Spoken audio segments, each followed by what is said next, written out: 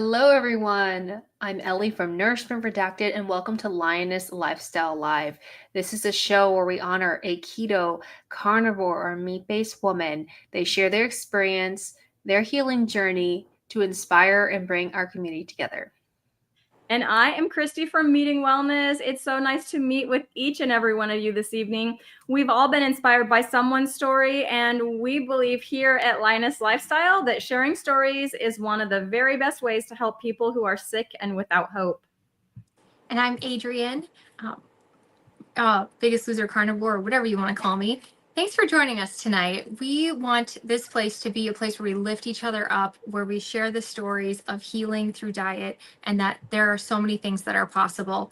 If you have any questions for our amazing guest tonight, please put QQQ or a question mark in front, and we'll be sure to get it to her. And now it's one of my favorite times of the show, and that is the roar of the week.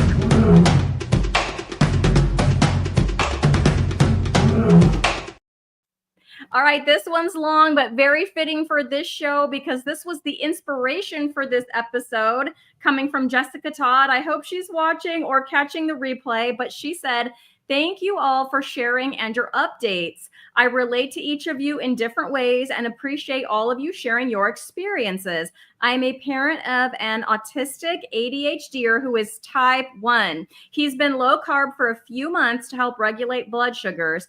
I've found even low carb or ketovore treats are addicting and tricky for him. I'd love to hear more about type 1 diabetic experiences and the brain fog. Brain fog and memory struggles are so scary and real. I have been somewhere on the ketovore spectrum for 7 years now, but haven't found reduction of brain fog symptoms yet. Thank you all." We love our Roar of the Week shout outs. If you want to be next week's shout out, leave us a comment down below after the show, and we will choose one to shout out on next Tuesday's episode. That was an amazing Roar of the Week. Wow. It always feels so good when we can fill your requests and bringing in those amazing guests. So without further ado, if I was ready, here we go. I'm ready. Let's welcome Aimee from Brisket Boomers to Lioness Lifestyle Live. That's the wrong button.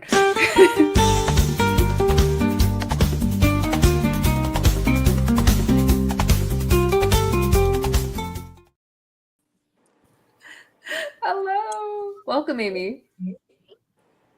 Hello. I'm happy to be here. Fantastic.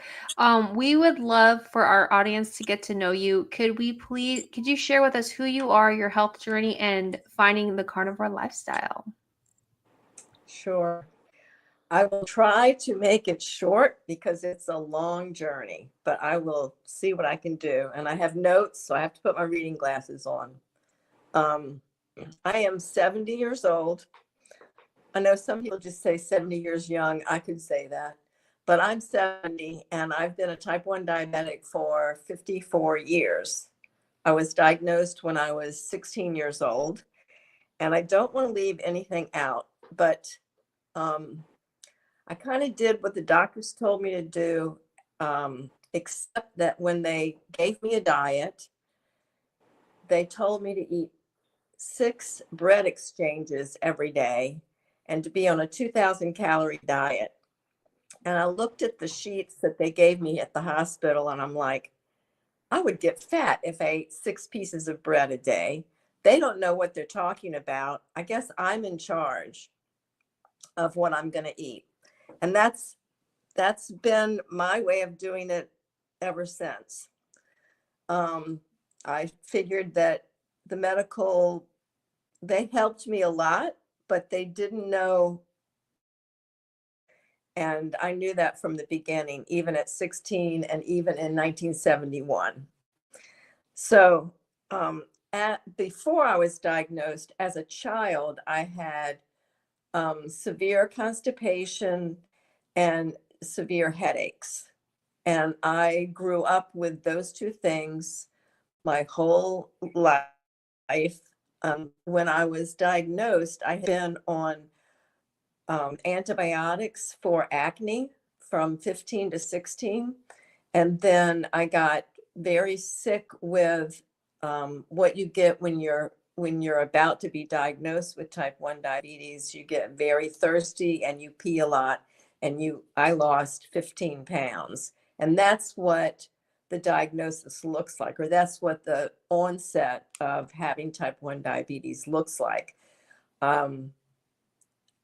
My mother had already brought me to a doctor because I had felt bad for an entire year, just with like my stomach didn't feel right. I was exhausted for a solid year. But when I got the severe sickness, she was afraid to bring me back to a doctor because the doctor had made fun of her for bringing me in for what he thought was nothing, or growing pains, or he rolled his eyes at her. It was pretty mean. But anyway, so when I started spotting between periods, my mother said, "Oh, thank goodness I can take you to a gynecologist." And the gynecologist listened to me, smelled my breath, and he said, "Oh, I think you have type 1 diabetes." So that's how it all started. But from the very beginning, I was 16, and back then in 1971, they only took 1 shot a day, and you were supposed to follow your diet, and there was no way to test your blood sugar except at a lab. So we had urine tests at home. So there was very little that you actually had to do except take 1 shot a day and follow a diet. So my parents never learned how to give a shot. It was all up to me. So I was in charge of all of it from the very beginning. And now with parents who have diabetic children, you have a CGM that I wear on the back of my arm. I almost wore sleeveless so you could see it. But and you take at least 5 shots a day, and you test your blood sugar and all that kind of stuff. And it's a much bigger deal. So parents are very involved with the raising of a type 1 diabetic child. But let me tell you a quick history of my diet and how I ended up carnivore. I started after college. I did well in college, and I really studied hard. So I didn't have any time to put any attention on anything else. So after I got out of college, I started studying nutrition, and I read a lot of nutrition books because it was just an interest of mine. And I decided that I could heal type 1 diabetes because so many things that I read about could be healed. Like people would write stories about healing cancer, or they would write stories about healing this or that. And I'm like, why can't type 1 diabetes be healed? Even though in the medical field, it's known that it cannot be healed, I still thought it could be. So every few years, I would try a new diet, or I would try different herbs. I studied herbs for a long time. I studied diets for a long time. And I was a vegetarian from the age of 22 for many years, occasionally eating chicken or turkey when I was pregnant. So I had 3 kids, and I'm trying to figure out when to start. Oh, I know when I'll start. So, but by the time I'd had type 1 diabetes for 25 years, and I was mostly vegetarian, I was 42. I had frozen shoulders. I had frozen painful hips. I had an all over stiffness in my body. It would take me a solid minute to get out of a chair. I couldn't get down on the ground to play with my kids. I was depressed. I could not hold my head up. When we were watching TV at night, my head would lean to one side, and I didn't have the strength to hold my head up. I had been posing for my husband. He was an artist, and I had been posing for him for years in these beautiful white dresses by the seashore, holding my arm up and standing there in a beautiful white dress with the ocean in the background. And I could no longer stand. to pose for these paintings because of all the pain in my body.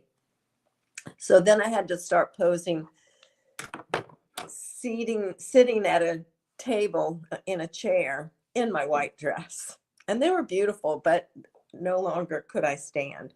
But then I found Dr. Bernstein because a friend of mine who was a type 1 diabetic sent me an article written by him about a very low carb diet and frozen shoulder and how his methods could heal my frozen shoulder and make me feel better.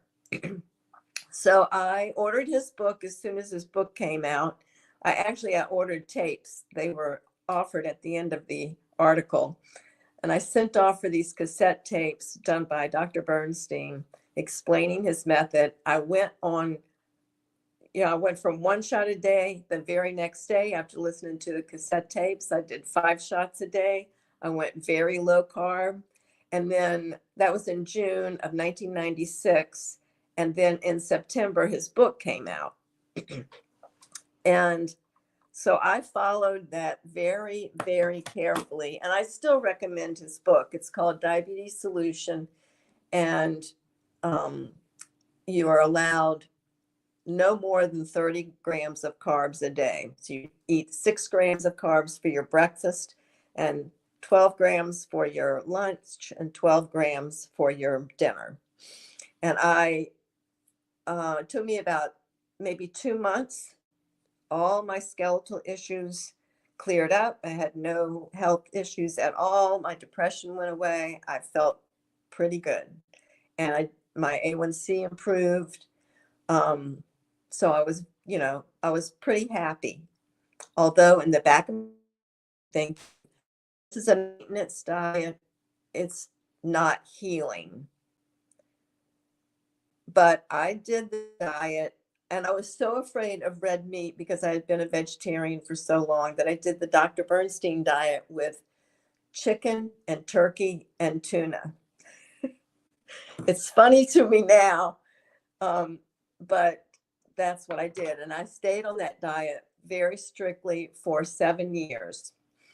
And then I heard about the raw vegan diet and that people were healing a lot of different things on the raw vegan diet. And I heard of this family that one of the kids was diagnosed with type 1 diabetes, and his mother put him on a raw vegan diet, and he did not have to go on insulin. So I did the raw vegan diet for 7 years. And this little boy who didn't have to go on insulin, the story is now that they don't know whether he had type 1 or type 2. But at the time, everybody thought it was type 1 and that it was a miracle.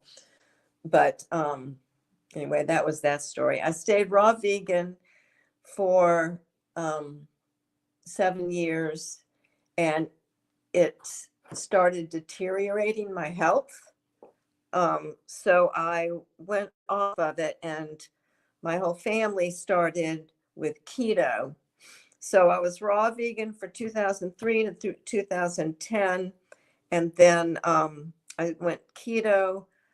By that time I was 56 years old, and we did locavore keto. So we bought all our food from local farms and did the keto diet. And my idea of the keto diet, at the end of it, I was doing about 10 grams of carbs a day, basically only meat and fermented vegetables at the end of it. Now, by the time I got to keto, like all during low carb, I still had terrible headaches and I still had some health issues, but even though I felt a lot better. On keto, I felt even better. Although I still had headaches on keto, but my energy was good and I had no joint issues like I had in raw vegan. That was one of the reasons I quit the raw vegan, is because I had severe joint pain. But on the keto diet, I felt pretty good. But so when my husband and I were on a trip, I did keto for 8 years. So by the end of keto, it was 2018, and my husband and I were on a trip, And we were in the car a lot. So we were listening. What else do you do in the car except listen to YouTube videos? And we were trying to find keto videos and listen to a bunch of keto videos. And then this carnivore video, this video with Jordan Peterson on Joe Rogan, and then Sean Baker on Joe Rogan, and then Michaela Peterson. And it was like, those were the only carnivore videos in 2018. That was it. You know, there were like there was one other one, and it was a disprove. It was a negative about the carnivore diet. But my husband heard Sean Baker, and he goes, "I'm starting tomorrow." And we were on a trip. We were doing painting workshops, and he was teaching, and I was his assistant. And so I said, well, I'm going to wait till we get home to start, because I was afraid I'd have some kind of reactions to it, and I wasn't sure how it would go. So I started November 13th, 2018. So that's been a little over 6 years. And I can tell you in about 3 minutes, the only difference after that I went from 10 grams of carbs to carnivore was that my floaters in my eyes went away in about 6 months. My ears no longer hurt when we would fly, because I had horrible pain when I would land and take off in an airplane. That completely went away. We got to go to Italy and Moscow to teach, and I had no pain, and that was amazing. What else? Oh, no pain, no sore joints, no more headaches, more enjoyment in life, more confidence. And now basically I just do carnivore, but I do a lot of different experiments, like with the lion diet or different kind of N=1 experiments. That's about it. So I would like to ask you about you were on the road trip with your husband. Did he indeed start the very next day? And how did that go for him? And then did you have any reactions? Because you said the reason you waited till you got home was you might have reactions. I know when I went carnivore, I had reactions, and I was very glad that my bathroom is right there because I had some reactions for the first few weeks. My husband did go on carnivore the very next day. He did, but his story is a little weird, because after we had been carnivore for 3 years, he was diagnosed with colon cancer and ended up dying in 9 months. So it did not have anything to do with carnivore. I'm sure it was already growing before he had changed his diet. So anyway, so if you want to ask me anything about that, that's fine, but that's all I'm going to say about it right now. When I changed, what I was afraid of is I would have a lot of low blood sugars or high blood sugars. I wasn't sure how my blood sugars would react. And really, there was very little reaction, because I had been on so little carbs at the time that I could easily handle a little bit lower blood sugars, and I knew how to lower my insulin when my insulin needs lowered. I did have diarrhea for the first 6 months, but it wasn't constant. It was just like once a day I would have very loose bowels, and then that was it. So it wasn't a horrible reaction, because I was so close to carnivore when I actually did start.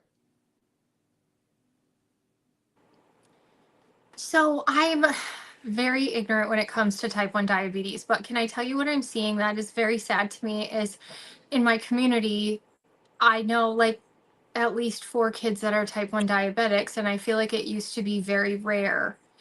I try to speak to some of them, but I don't really know what to say, because it's so sensitive. I would never want a child to be hurt. When you meet someone with a type 1 diabetic child, Do you tell them to go carnivore? Do you tell them about peptides? Have you looked into any of those things? What do you tell them? Usually I tell them, usually I tell them about Dr. Bernstein's book and his YouTube channel. And then if they want to know more, I will tell them more. But I don't start with that. And there's also a Facebook group called Type 1 Grit that is, they're all really into Dr. Bernstein and his book. And it's a good place for parents because there's a lot of parents there with kids with type 1 diabetes, so they can ask questions of each other. And it's a good place to start. I don't think that the carnivore diet really disagrees with Dr. Bernstein because his thing is no more than 30 grams of carbs a day. And there's a ton of type 1 diabetic carnivores. We actually have a Facebook group, Type 1 Diabetic Carnivores.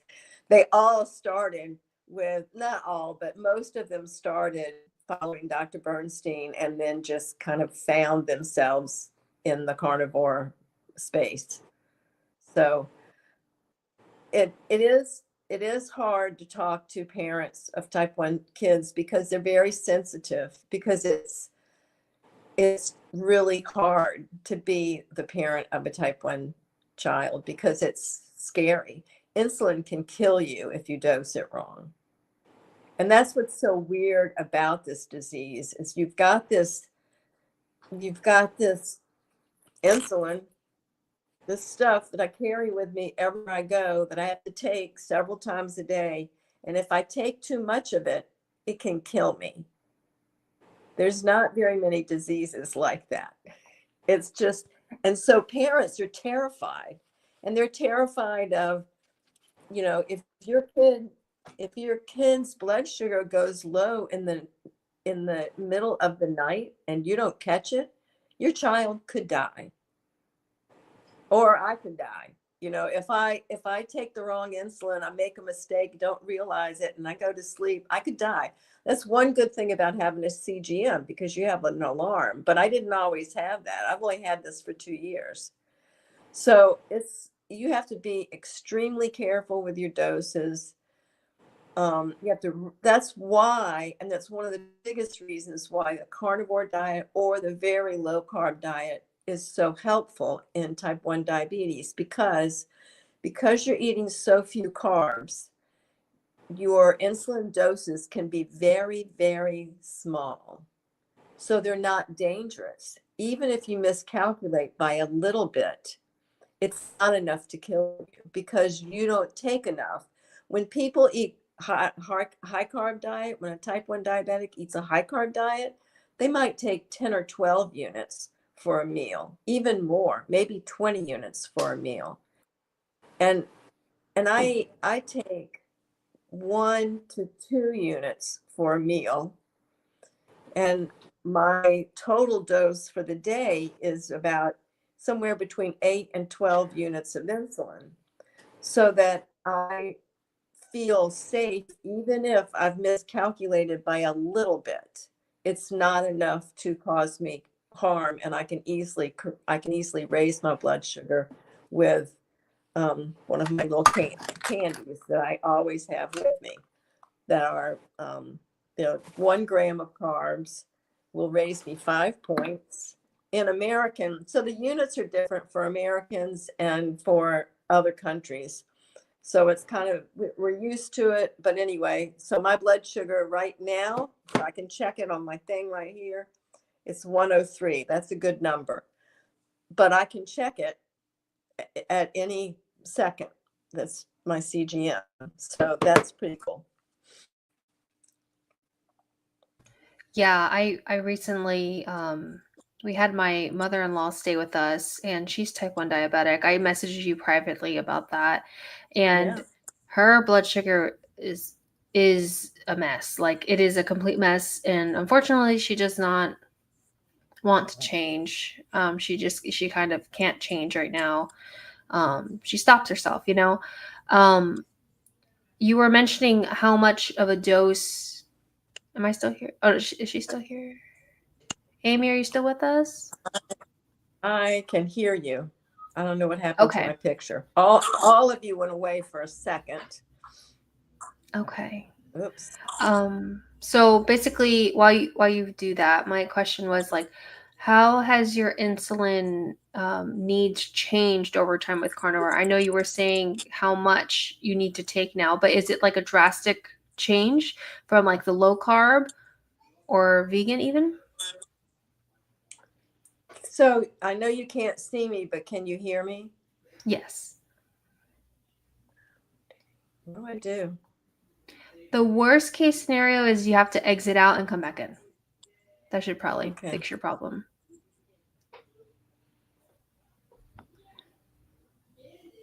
So while she does that, why don't we chat for a bit? Are there any comments? Anyone we want to say hi to? I wanted to say, I think that next week we're going to do a roundtable discussion, right? We don't have a guest. So look forward to that next week. Although not until next week because we still have our awesome Aimee. Oh, I see her. Yeah, we have picture, but no sound. Oh, I cannot believe, did she just say she was 70? yes. I've actually met her. Did you met her? Was she at Hack Your Health? Have you met her, Cristie? I have not met her in person. No. She was at Dr. Lisa's 2 years ago, and I met her. I had dinner with her. She's just lovely and beautiful, and I just really gravitated to her because she's a super, like so many people in the carnivore diet, just so authentic and easy to talk to. Yeah, and I just saw on her social media, it was like, I don't know how many years ago it was, but it was like, I don't know, 5, 6, 7 years ago compared to now. It's amazing how even, you know, like you said, she's 70. It's like she's looking better and better, you know, as the years go by. It's pretty fantastic. But, you know, as a teacher, I've had several students with type 1 diabetes over the years. I haven't noticed what you said, Adrian. I haven't noticed it with any increasing frequency, but I can remember one girl I had, and her parents were this was years ago, 20 years ago. 20 years ago. Oh, okay. Her parents were so glad that for the pump, she could wear that pump and like dose her insulin that way instead of having to give herself shots, and it like gave them such peace of mind during the school day. You know, but she would still have to go up. I think it was before continuous glucose monitors. She would still have to go up and prick her finger several times throughout the day to check her sugar.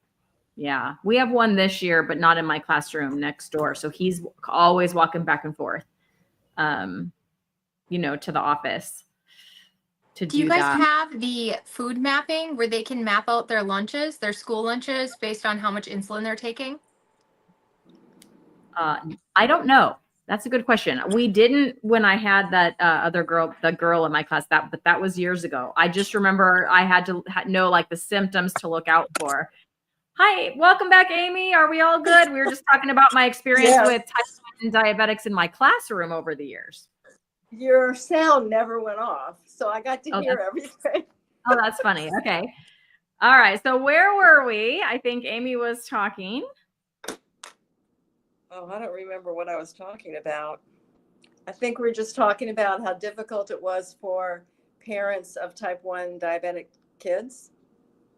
I think you were talking about the difference in insulin based on what you're eating. And I don't know if this is exactly what Ellie asked, but I'm wondering, I remember what Ellie asked. Do you feel better by not having to take more insulin? Do you feel better? Like why would we care if you're taking a lot of insulin versus a little insulin, other than you saying that if you're taking less, you are less likely to take a dose that could kill you? Right.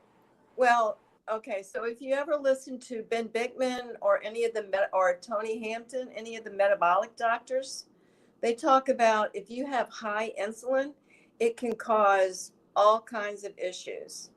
So it's the same thing if I were taking a lot of insulin as if a person with maybe type 2 diabetes or unhealthy metabolic,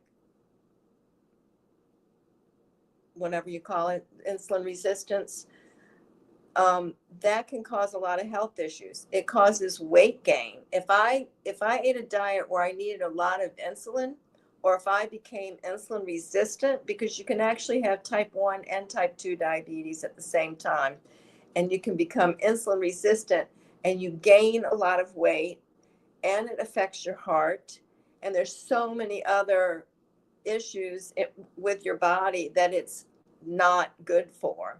So that's why I aim to have my insulin as low as I can get it. In the background, I think, oh, it would be great to heal, even though it's probably not possible. And I know that I'm sure there's a great word for it, but I'm not ridiculous. I don't think that, oh yeah, I'm just going to heal if I can become carnivore. A few people have, but most of the time it's impossible. That's okay. I still think it's really important to get your insulin down as low as you can, because every individual should get their insulin as low as they can, even if they have it within their body, not just if you're taking it from the outside. But Ellie had asked me what the difference was with my insulin requirements on different diets, right? Yeah, I would love for you to go through that. Okay, Yeah. so before I went low carb, I was on 32 units of insulin. That's not a lot compared to a lot of other people, but I've always been really insulin sensitive and I've always been slim. So I was on one dose of 32 units of insulin. Then when I went low carb, it went down to 22 units of insulin. Even though I was taking 5 shots a day, I had to take 1 shot of 7 units for it's called basal. It's the whatever you take during the day just to be alive, whether you eat or not, insulin. And 6 of that at night, and then 3 for each meal, which I think adds up to 22. So then when I was keto, it went down to about 15 to 17 units a day. And then with carnivore, it depends. When I am on a very strict lion diet, I can get the units down to 8 to 10. When I'm on a beef, butter, bacon, and eggs kind of carnivore diet, it's more like 10 to 12. But so that's the difference.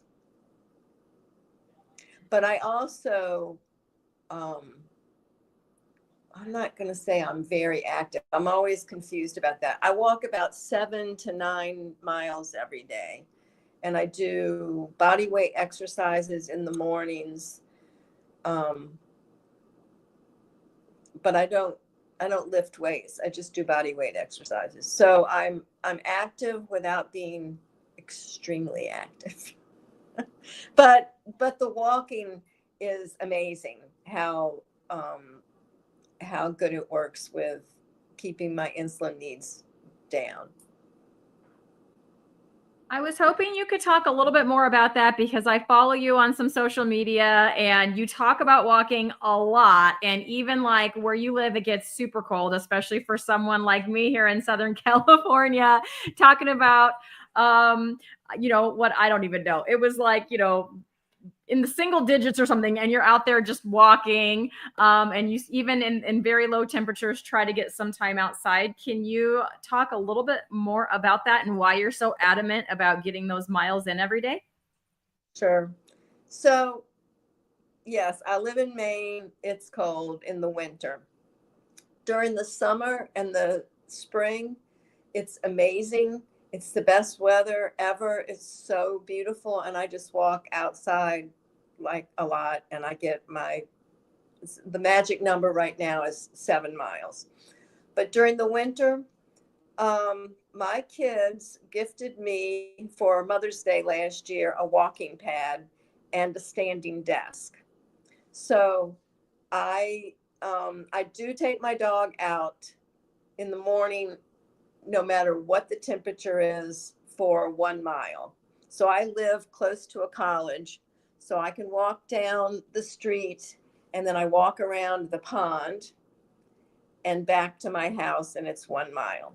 So we get that. And then the other times my dog needs to go out, I might walk around the block. It depends on the weather. If it's 10, I might only just go out and let him pee and poop.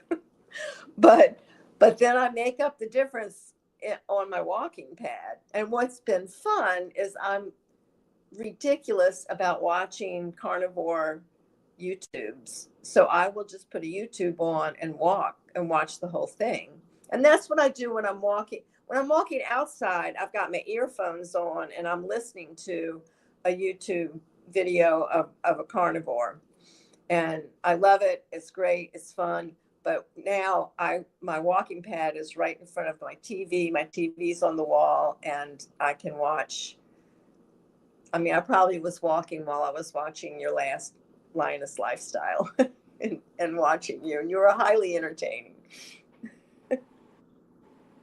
You mentioned healing type 1 diabetes. When people talk about that, what does that mean? Like, can fasting heal it? Can you fast? Do you feel best when you fast? Do you not take insulin when you fast? Is it more of like, I don't know if you've dug down the rabbit hole of peptides, because insulin is a peptide, and there's other peptides that regenerate nerves, that regenerate your brain. They can heal your brain, your bones, your muscles. Like, there's so much out there we're finding.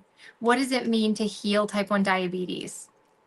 Okay, so I don't know anything about peptides except I've just heard the word. So I'll have to look that up. So there are a few people who have healed type 1 diabetes. There's been a few, and it's very few, who have been diagnosed, gotten on insulin, and then right away went either carnivore or very low carb or did some kind of healing protocol or went to Paleomedicina in Hungary and did the Paleomedicina diet, which is carnivore with at least half fat and organ meats. And there's been a few that have healed there. There's been a few that have healed right after diagnosis, going on a carnivore, very high fat diet. And there has been one woman who I know of. She lives in New Zealand. Her name is Rachel Chalmers. And she was on insulin, diagnosed as a type 1 diabetic for 13 years. I believe she was 25 when she was diagnosed, which some reason that makes a difference whether you were diagnosed as a child or as a young adult. It seems to make a difference in how possible healing is. Her husband found out about carnivore. They went carnivore and ate only fatty meat, and she was able to get off of insulin. But in her case, she had a very active autoimmune condition and had other autoimmune things that were also present. And so when she healed those, she also healed the type 1 diabetes. So that was her case. And I have heard Dr. Chafee have a conversation with, who was that with? Dr. I can't think of his name right now. But last week they had a conversation and mentioned they were mostly talking about type 2 diabetes and metabolic health. Eric Westman, that's who it was. And they did mention that there is a different form of type 1 that is an inflammation of the pancreas, and that if you catch it soon enough and go full carnivore, that it can heal. Now, I think they each had one patient that had happened to. But in my case, after having it for 54 years, even though I still try, and I try a lot of healing protocols, if I hear about something, or if I think that going lion will help, I still think that there's a very, very, very outside chance that maybe it could work to heal, which would mean to me to be able to not take insulin. That's what healing would mean to me. But it doesn't mean that I would eat cake. It means that I would stay with that program and stay healthy. And I also think that it's important to me to be as healthy as I possibly can, because you just never know. So, does that answer your question? And I'm going to look into peptides. Who knows? Yeah, that would be amazing. I think that's all we ever want is to heal, but at least it's definitely more manageable, and I think that could give a lot of people hope, even if they can't, make their own insulin again. Could you explain to our audience what Dawn phenomenon is and how that has been affecting? Does it affect you on carnivore at all? Yes, it does a little bit. So I'm going to just define type 1 diabetes really closely, and type 2. So type 2 diabetes is when your cells become resistant to insulin because of diet in the past. And so you can't use insulin. Even though you still make it, you can't use it very well. So that's what type 2 diabetes is. And that's the more common type. When people just say the word diabetes and they don't put a type in front of it, that's what they mean. They mean type 2 diabetes. And it's quite common in many countries. Type 1 diabetes is when either you have an autoimmune attack. I'm not even sure I believe in autoimmune attacks, but something destroys the insulin producing cells of your pancreas. Some people, I believe mine was because I took antibiotics that killed my gut flora, and then they caused the death of my beta cells. Those are the cells in your pancreas that produce insulin. Some people get a virus and the beta cells die. Some people have, I just read about this today, and I'd already heard about it, but a vaccine. 2 people were talking about that they had gotten it after a MMR vaccine. There's a lot of different causes, and because there's so many different causes, each person's disease is just a little bit different, which is kind of interesting. I don't remember the question, though. I decided I was going to. What was the question? No, thank you for defining that. I think that was a really important thing to do for our listeners. My question was about the Dawn phenomenon. Could you share what that is, and if that's got better? Okay, so Dawn phenomenon it happens to everybody, but it doesn't affect everybody because you make insulin. So what happens is at about 2 or 3 o'clock in the morning, when your body is getting ready to wake up, you produce cortisol, which is the wake up hormone, or it's also the fight or flight. Well, it's not the fight. Anyway, it's the wake up hormone. So your body produces cortisol, which raises your blood sugar. But because you produce insulin, then your pancreas is going to produce some insulin, and it's going to take care of the blood sugar rise. But as a type 1 diabetic, that cortisol raises your blood sugar, and if you don't have your insulin working at the right time, you might have higher blood sugars. So sometimes I can live my life in a way that dawn phenomenon does not happen in my body. I have not quite figured out why sometimes it does and sometimes it doesn't.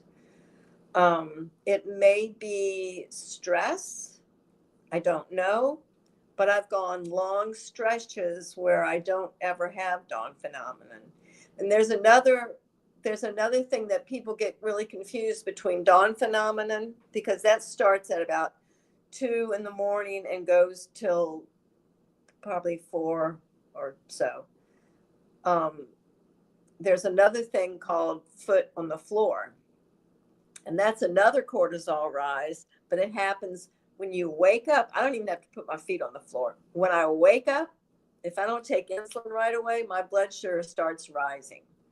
That's a little bit different than dawn phenomenon. It's the real wake up hormone. Like when you're really awake, you put your feet on the floor and then your blood sugar starts to rise. And that does, again, happen to everybody. But because you produce insulin, your body's just going to produce insulin and it takes care of it. But we've got to time our insulin just right to prevent a blood sugar rise at that time. That was interesting. That's something new to me. I've known about the dawn phenomenon since going carnivore, and I do the same thing as you, Aimee, when I'm walking or whatever. I've listened to those carnivore videos. So I've learned about that, but I didn't know about the foot on the floor thing. That's so interesting. I wanted to ask you about the recommendations. So you said when you were first diagnosed, you got some recommendations. You said to yourself, I'll get fat if I eat that way. I guess I'm kind of on my own to figure it out. Do you know anything about current recommendations that people are given for their, because a lot of times it's young children or young adults, like what does that look like? And in your opinion, how will that work for them as opposed to something more like what you're doing? So if you ever get to listen to R.D. Dykman, he was just interviewed on, what was that called? The Metabolic Conference in India. He did a great interview, if that's anywhere around, but he was one of the founders of the type 1 the type 1 grit group, R.D. Dykman. His son, Dave, was diagnosed, I believe he was 8. And because I don't really know, except listening to other diabetics, what they do with kids now. Anyway, his son is now 18 or 19 and in college and doing very well. And he's been on a very low carb diet the whole time. But when he was first diagnosed, he was given a diet of eat whatever carbs you want to eat and take insulin on a sliding scale of how many carbs you get.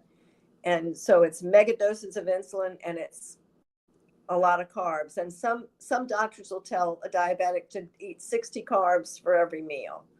Or, they don't promote low carb diets at all.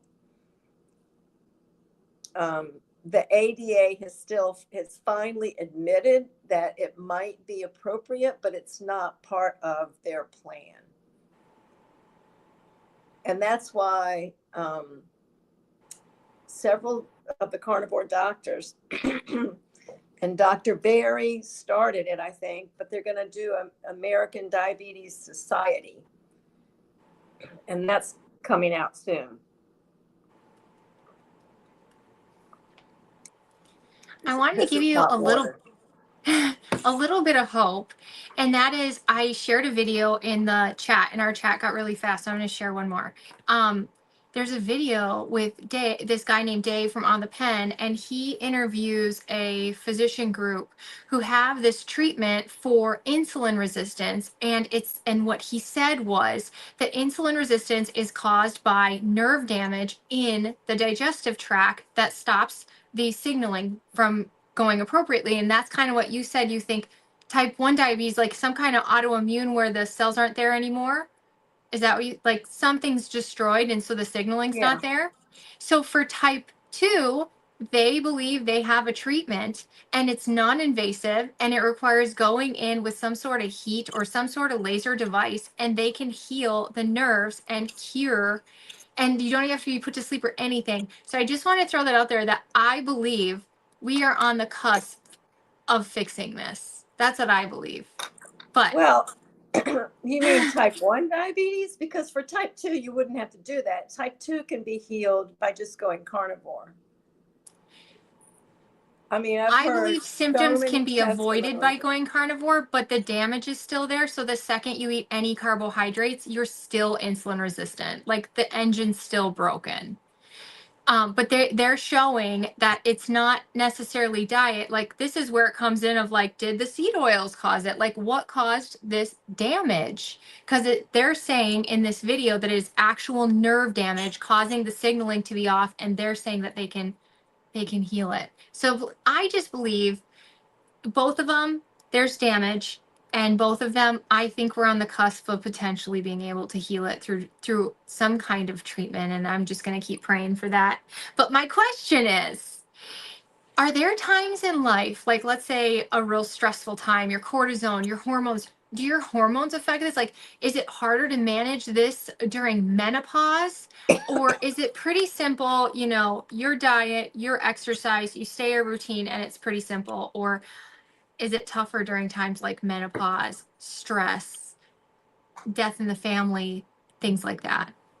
So several years ago, I don't know what year it was, my sister died. She had been sick for many years, and she died.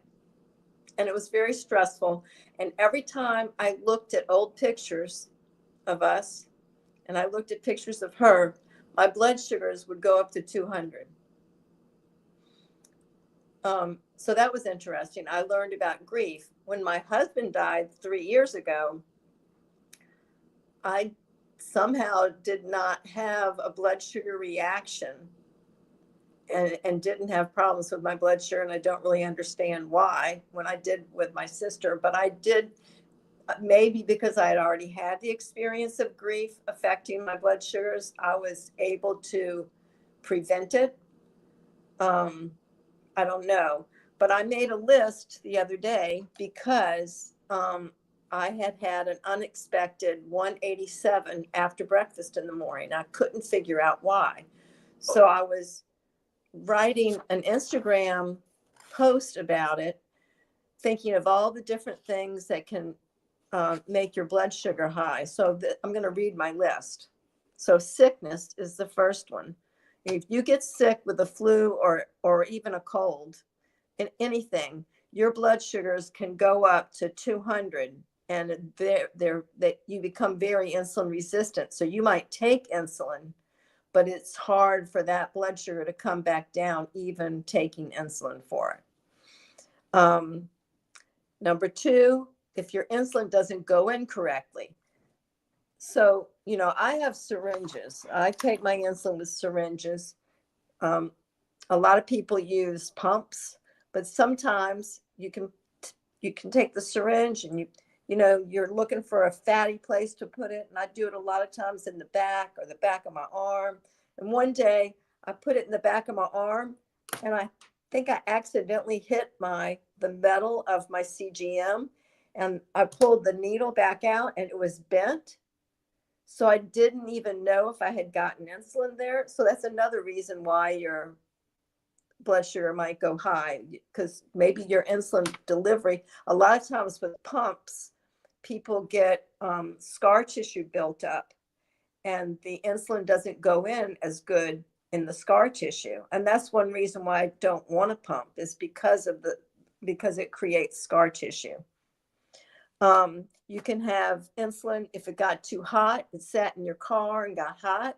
I have it in a Frio case, so it keeps it cool. But if it were to get hot, or maybe it was a little too old, you have old insulin or ruined insulin, that can cause your blood sugar to go up too high. If you eat a little too much food, or you didn't take quite enough insulin to cover the food, that can cause high blood sugars. Stress, long-term stress or short-term stress, they both cause high blood sugars. Lack of sleep can cause high blood sugar, because that is a stress on the body. Any stress on the body at all. I'm surprised my blood sugar is good, because I'm a little nervous about this interview, but it's still good. It's 102. Certain supplements or certain drugs can cause blood sugars to go high. Anytime you take a steroid, your blood sugars go up into the 200, and you have to take like double the amount of insulin. That's why even when I had frozen shoulders, I would never allow them to put steroids in my shoulders. Sometimes you have a mystery food.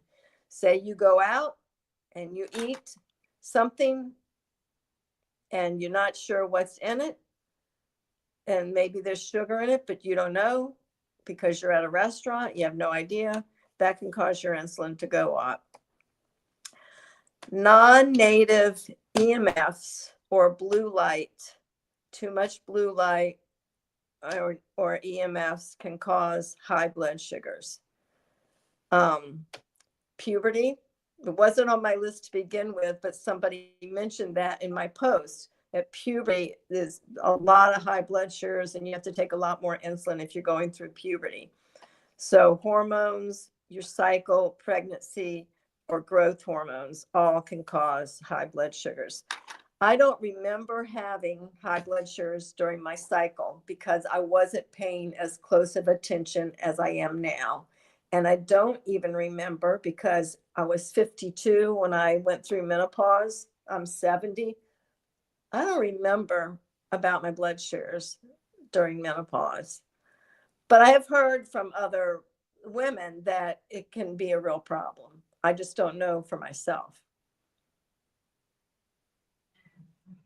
Well, Aimee, we have a meaty wheel that we like to spin around here. We've been asking you a lot of questions specific to diabetes, but our wheel is going to spin you a question that maybe is a little more general. And so I'm going to bring that up here, and we'll give it a spin and see what kind of question we can hunt down for you.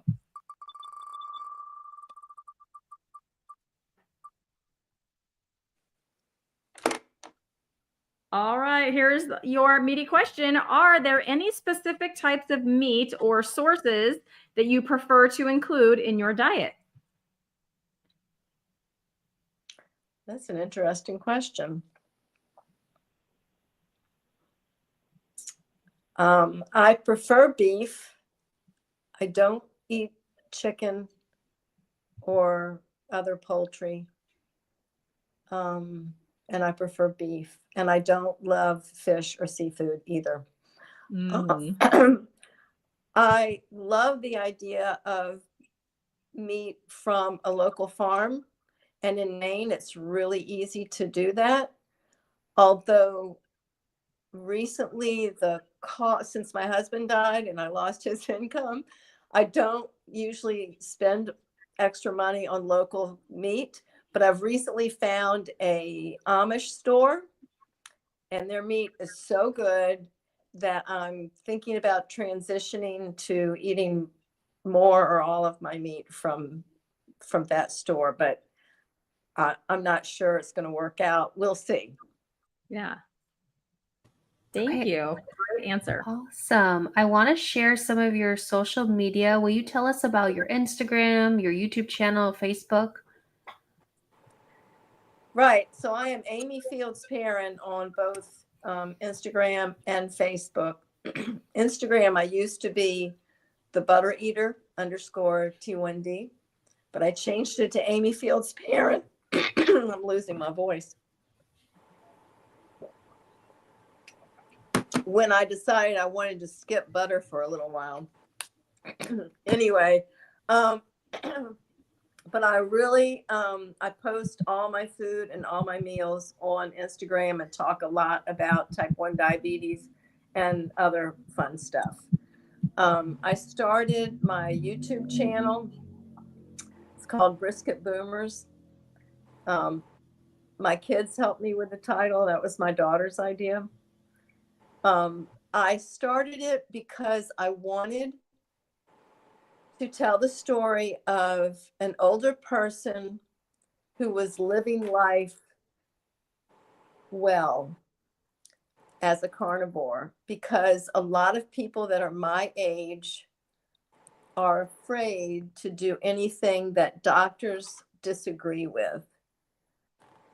They'll do what their doctor tells them to do. And it was really sad to me because I have friends who have a lot of health issues that I know would be better if they went on a carnivore diet. So really, this brisket boomers is for them.